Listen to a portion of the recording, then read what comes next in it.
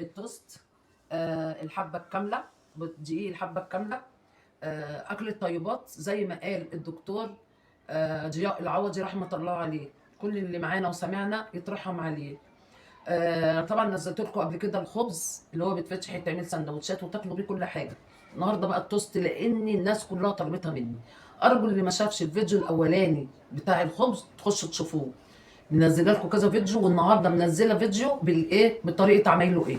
ماشي يا حبايب قلبي، خليكم بقى معايا وتعالوا يلا معايا. بسم الله الرحمن الرحيم. معانا دلوقتي 8 كوبايات دقيق من الحبه الكامله. في نسيت اقول لكم، في ناس سالتني النهارده الحبه الكامله يعني ينفع ان احنا نطحن القمح والكلام ده؟ لا يا جماعه، الحبه الكامله يعني السنبوله بحل السنبوله. طبعا كاس الدقيق بره لما دورت عليها في ثلاثة يا حسام تقريبا انواع.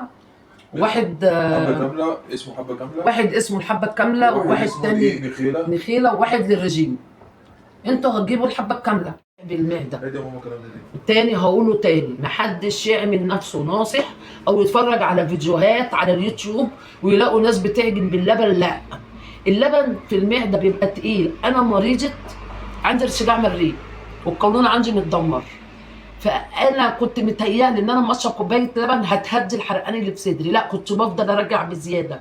دي حاجه. الحاجه الثانيه، الحاجات ديت بتاثر على الضغط وبتاثر على كل حاجه، بتاثر على الجسم، بتاثر على السكر اللي في الجسم، بس بكل حاجه بتتدمر عندنا واحنا ما كناش عارفين. طبعا انا لو رايحه للدكتور وانا مريضه ارتجاع مريء كتب لي على علاج للارتجاع المريء، ماشي، باخده الصبح بيريحني وانا فرحانه ان انا باكل كل حاجه وما برجعش. حلو كده. اتاري النتيجه بتاعته ايه؟ هو ما شافنيش. هو كده كل ما يخلص العلاج من عندي بضطر اجيبه، لان لو يوم ما خدتوش هفضل ارجع تاني. ايه نتيجته بقى؟ بيعمل سرطان معده. العلاج اللي انا باخده لمعدتي، يعني انا باخد علاج عشان تعبانه وانا عارفه نفسي ان في يوم من الايام هيجي لي سرطان. طبعا لما بتكلم مع اولادي ويلاقوني متنرفزه كده مره واحده ولا عصبيه ولا حاجه، لاني تعبانه وعارفه ان انا قدام ممكن يسيبني المرض ده، فكانت نفسيتي متدمره. دي حاجه. الحاجه الثانيه، علاج الضغط اللي انا باخده مستمر. طبعا اروح للدكتور، اتحجزت كذا مره عنايه مركزه، اروح للدكتور يقول لي لا، علاج الضغط ده لازم يتغير. هو بقالي قد ايه بتاخديه؟ بقالي سنه. لا، لازم يتغير. هيكتب لي الاقوى منه. عرفت ان علاج الضغط ده هو اللي بيقول لي ايه، يلا بقى يعني قدام شويه هتخلص الست دي هتموت. اي علاج ضغط دي؟ والدكتور ضياء العربي منزل فيديو بيقول اي علاج ضغط لمريض الضغط بياخده اخرته الموت. دكتور ضياء العوضي. ضياء العوضي. مؤاخذه يا جماعه ان انا بغلط وبنسى، يعني ما تاخذنيش، انا ست كبيره طبعا وبرده ذاكرتي على قدي. قولي اللي عجبك اهو.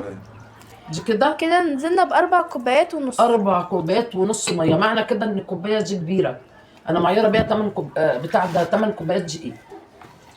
انتوا الكوبايه اللي انتوا هتعيروا بيها هي اللي هتحطوا بيها الميه، والعجينه حسب ما تاخد، وانتوا هتشوفوا دلوقتي العجينه هيبقى شكلها ايه. وحطيت معلقه سكر كبيره، مش هتعمل اي مشكله احنا جسمنا محتاج سكر زي الدكتور ما قال. وحطيت معلقه خميره فوريه بس مسطحه مش كبيره، يعني معلقه كبيره بس مسطحه مش مليانه بقى عجله. الباكو بيبقى فيه معلقه خميره. خليكم معايا، الميه دي دافيه يا جماعه. هننزل بيها ايه بالتدريج. بصوا شويه ونقلب وشويه ونقلب كده. اهم حاجه العجينه، احنا مش عايزينها عجينه متماسكه، عايزينها عجينه سايله. اللي هيخش على الفيديو بتاع الخبز اللي انا عملته ونزلته من اول امبارح ده كده، عمال انزل في شطات منه. النهارده نزلت لكم الشط بطريقه عمايله، هيشوفني وانا بعجن وبعمل كل حاجه عشان ايه تستفيدوا. اهو كده. ادي حطيت كده كوبايه ونص يعتبر. ماشي. هننزل بقى تاني بكوبايه تانيه. بص انا بلسها يعني يا دوبك صباعي يتحط فيها ما تتلسعش، تبقى دافيه. ايه عايزه ايه؟ دي كوبايه تالته. 3 كوبايات والنص اللي هو كان فيه الخميره.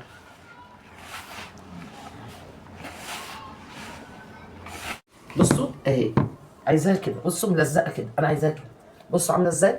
اللهم صل على النبي. ممكن بقى كمان اكورها لكم بقى كده اهي. تسلم ايدك يا حاج. مش هتلزق. تسلم لي يلا. تسلم ايدك. بصوا بقى كده اهي. بالصلاه على النبي. كده اهي. اللهم صل على النبي. شايفين؟ اهي شفتوا اهي شايفين. انا هعمل ايه بقى؟ انا ما عنديش القوالب بتاعت التوس القلب الطويل ده، هعمل بقى طريقه بنت لذينه جهنميه كلكم هتعملوها. الله يخليك يا احمد، شكرا يا احمد. هنعمل ايه بقى؟ هنجيب الطاسه دي، هنروح حاطط الصينيه، هنروح حاطط فيها حبه زيت كده هات الفرشه. اهو. فرشه جنبي كده. جنبي فين؟ على يسار. هتعملوها بقى كويس قوي كده. الجناب اهم حاجه عشان لما تعلى تسلم ما يلزقش. ما يلزقش. في حاجه بقى معلومه قبل ما انسى، عشان انا بفقد الذاكره كده بسرعه بنسى. ما تدخلوها الفرن، اول ما تطلعوها تغطوها سلام. وتسيبوها بتاع نص ساعه لما تستهدى. محدش يستعجل ويقلبها او يقطع فيها وهي سخنه، لسبب عشان ما تتفتفتش، الله ينور عليك. تبرد وتمسك نفسها براحتها. واول ما تمسكوا الصينيه كده تلاقي ايديكم قادره تمسك الصينيه وكل حاجه بردت وهي بردت، تروحوا بقى اول ما تعملوها كده من الزيت هتلاقوها اتقلبت وتروحوا مقطعين. دي ايه؟ معلقه عسل، معلقه عسل واحده اهي. عسل اسمر يا جماعه. عسل اسمر ده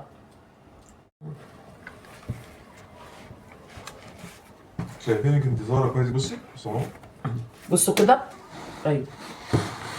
بعد ما خمرت قعدت نص ساعة، دلوقتي هندخلها فرن وتشغلوا عليها النار اللي تحت. ما اهو التوست اهو بعد ما طلع، بسم الله ما شاء الله. ادي صاج وادي الصاج التاني اهو. ايدك. عملته بنفس الطريقه ماشي. نقطع مع بعض. نقطع بقى.